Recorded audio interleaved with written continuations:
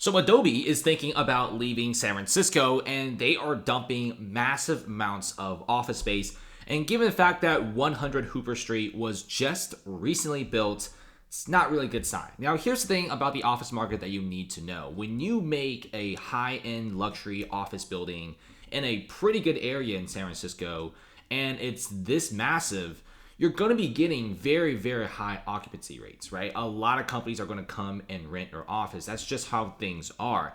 Generally, wealthy companies and even wealthy startups don't really want to rent an old, crusty, massive building. They want to rent something new, something hipster, and something very cool in a good location.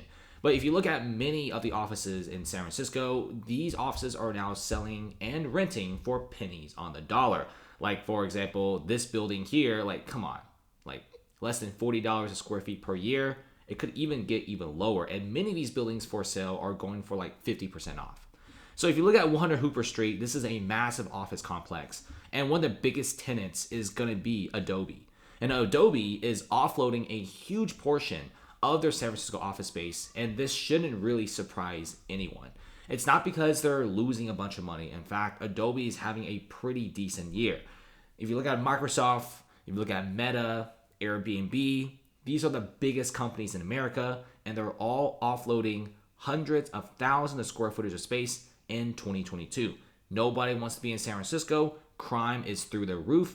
And now San Francisco is getting so bad that even the Starbucks and the IKEA are losing business. With IKEA stores that just recently opened are now fully deserted because there's so much crime on the streets. And I kind of see why many of these big CEOs and high-end managers and executives just simply want to move it online or move it out of the country or state and just have a better working lifestyle. And I don't really think the employees are complaining that much. In fact, most employees are pretty happy when their job goes remote. They don't have to rent that really expensive and crappy San Francisco box.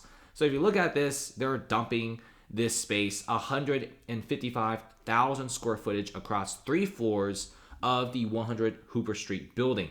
Now, at first, this office complex is almost 100% occupied. But once Adobe leaves, it will most likely be about 70 to 75% occupied.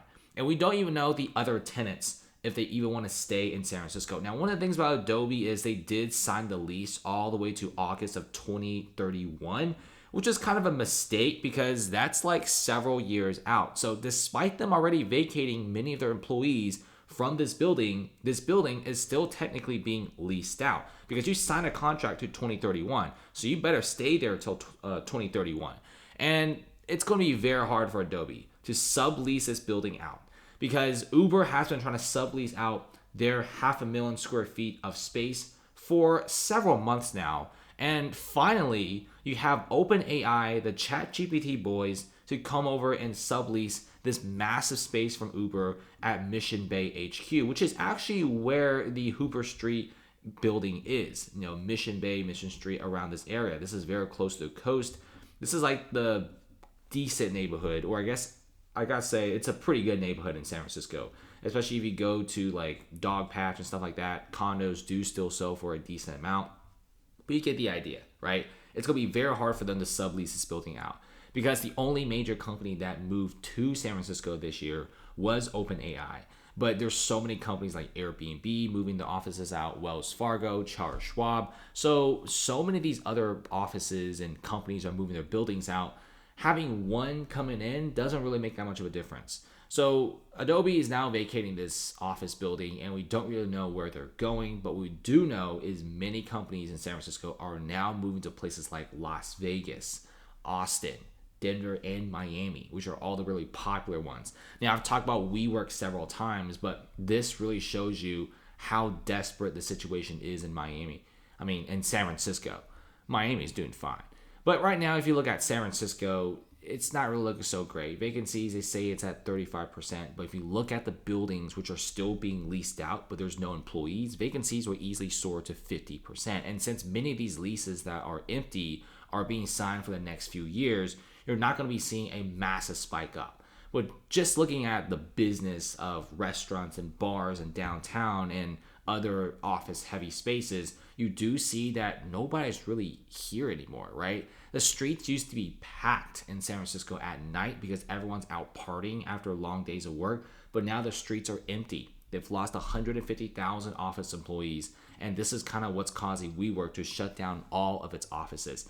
They've now officially defaulted on a $240 million loan on a skyscraper, and look at all of this just empty square feet that they will be vacating very, very soon. And many of these buildings have pretty good occupancy rates. Some of them have like 100% leased out because these are all very elite and high-end buildings. But now with guys like WeWork vacating and several other startups thinking about vacating as well, we're going to be seeing these vacancies skyrocketing upwards. Places like Miami, right? Singapore, Sydney, we're all seeing office vacancies stabilizing and even office vacancies going down.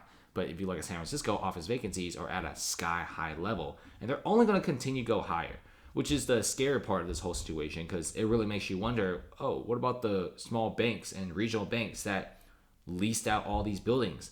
When aren't they pretty screwed? Absolutely, right? In fact, most of these buildings can't even find a single owner. And the moment when a building's vacancy rate goes up to 50, 60, 70%, they're going to have to sell it to somebody else or they just foreclose it. And the amount of buildings heading towards that high of a vacancy rate is rising every single day because so many of these guys are just leaving San Francisco in a massive way. And even Google is kind of tired of the Bay Area, right? Google's San Francisco project wanted to build 15,000 homes in the Bay Area in just 3 years, but the deal is off the table due to market conditions. And they thought about investing in places like west downtown of San Jose. They thought about investing like $15 billion in the next decade just to build campuses in downtown in Silicon Valley, but they've canceled it. In fact, Google is actually preferring to move online and use that $15 billion on something else. And that's exactly what Google is doing. These huge residential campuses in San Francisco area are now completely going up in smoke. Construction is supposed to be set in just 2 years, but now they're pulling out. And what's really scary is I do show you this article a lot just to show you how much construction has died down in San Francisco. They used to make on average 1,500 homes in half a year. Now they're making less than 300 homes in a half a year period. So in a year's period, San Francisco typically makes almost 3,000 homes. Now they're making a little under 500 homes. That's pretty scary numbers, okay? That's not normal when your construction goes down 85%. Like that's not normal at all. So Adobe is leaving, 100 Hooper Street. They're not really stressed at all. They still got this lease signed for 2031, so they're still raking in the dough. They don't really care too much about it. But let's just see what happens, right? Anything can happen in the real estate market, especially these newly constructed buildings. They're doing a massive gamble because the moment when many tenants leave, well, you haven't even got your money back yet. So I assume, they probably need a few years to at the very least break even because rates are super high. So a lot of this money coming from tenants are just simply going towards things like interest rates. HOA is actually super high in San Francisco. Property tax isn't being lowered despite buildings going down to 50% in value. So let's see what happens. So far, San Francisco, I think, needs some pretty big changes to really turn themselves around.